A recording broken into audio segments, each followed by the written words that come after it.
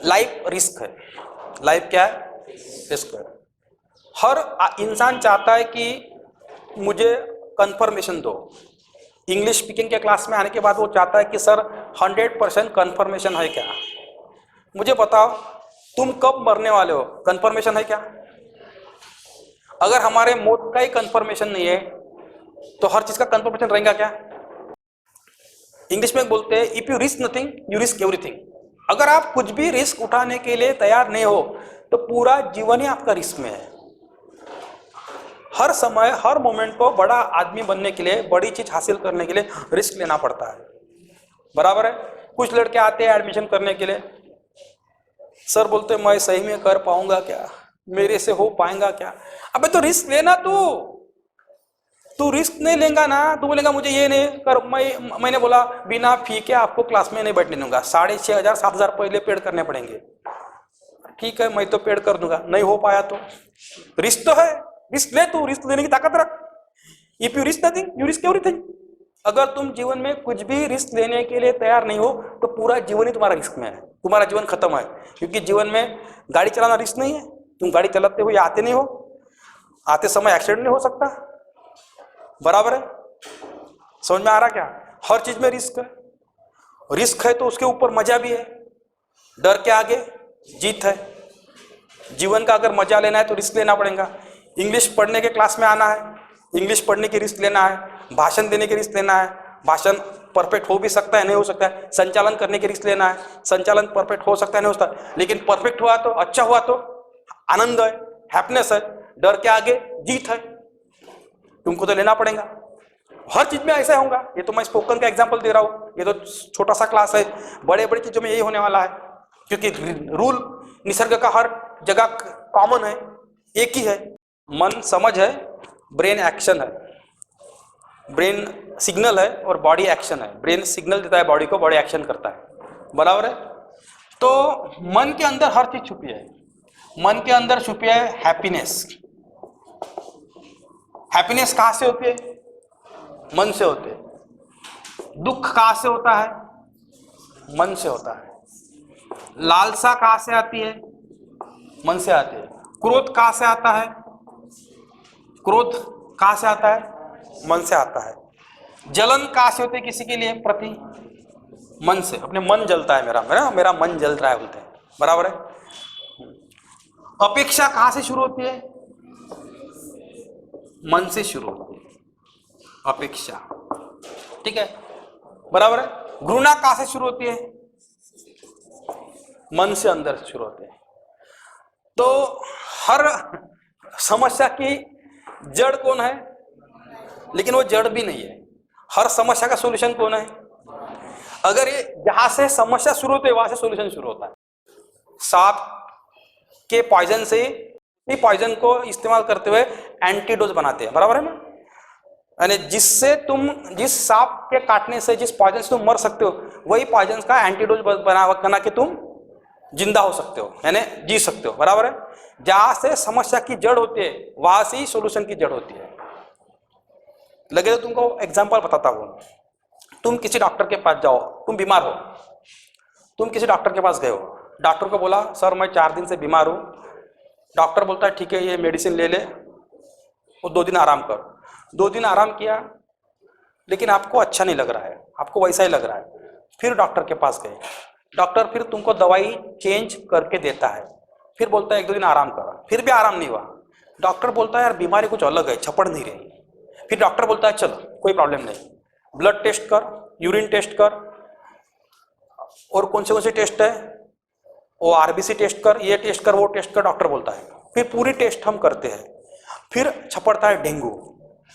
Doctor बोलता है अब बीमारी की जड़ छपड़ी, अब बीमारी की जड़ छपड़ी और उसका सॉल्यूशन भी है। तो वो जो जड़ थी वहां से सॉल्यूशन निकला, जड़ छपड़ी सॉल्यूशन छपड़ा। तो हम क्या करते हैं, हम परिणाम पे चर्चा करते हैं, हम मेन कॉज जहां से बीमारी शुरू होती है वहां से चर्चा नहीं करते। इंग्लिश नहीं आती ये बीमारी है, लेकिन इंग्लिश की जड़ क्या है उस पर हम चर्चा नहीं करते। इंग्लिश क्यों नहीं आती? इंग्लिश नहीं आती उसकी जड़ है 3 फॉर्म याद नहीं है। इंग्लिश क्यों नहीं आती उसकी जड़ है टेंस मालूम नहीं है। इंग्लिश क्यों नहीं आती उसकी जड़ है टेंस लर्न नहीं किया, टेंस के 3 टेंस के वाक्य स्टेज पर जाके मंबल नहीं किए।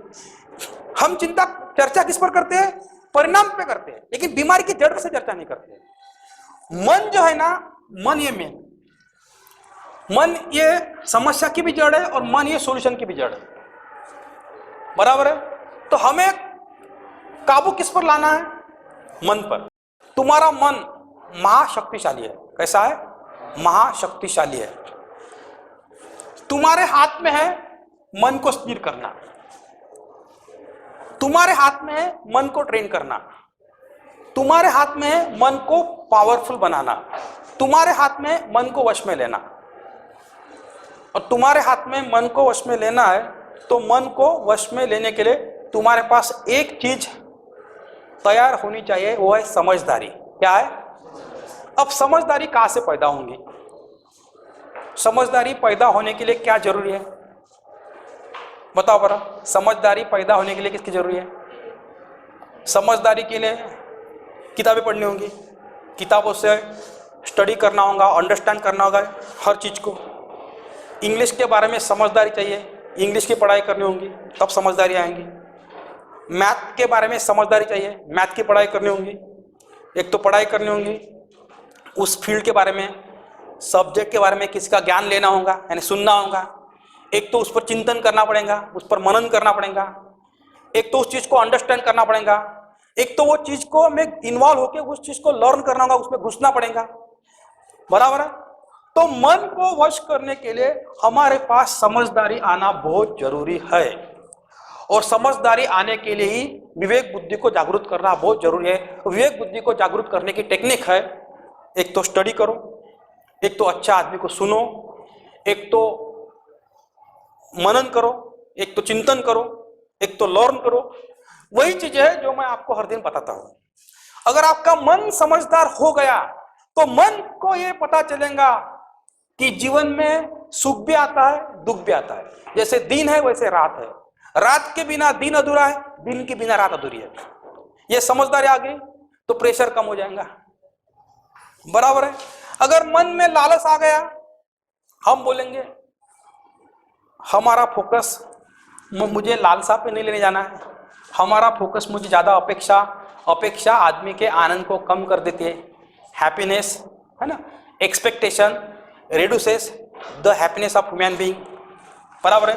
हमें ज्यादा क्रोध नहीं करना है, क्योंकि क्रोध करने से हमें समझदारी आ चुकी है। समझदारी क्या है?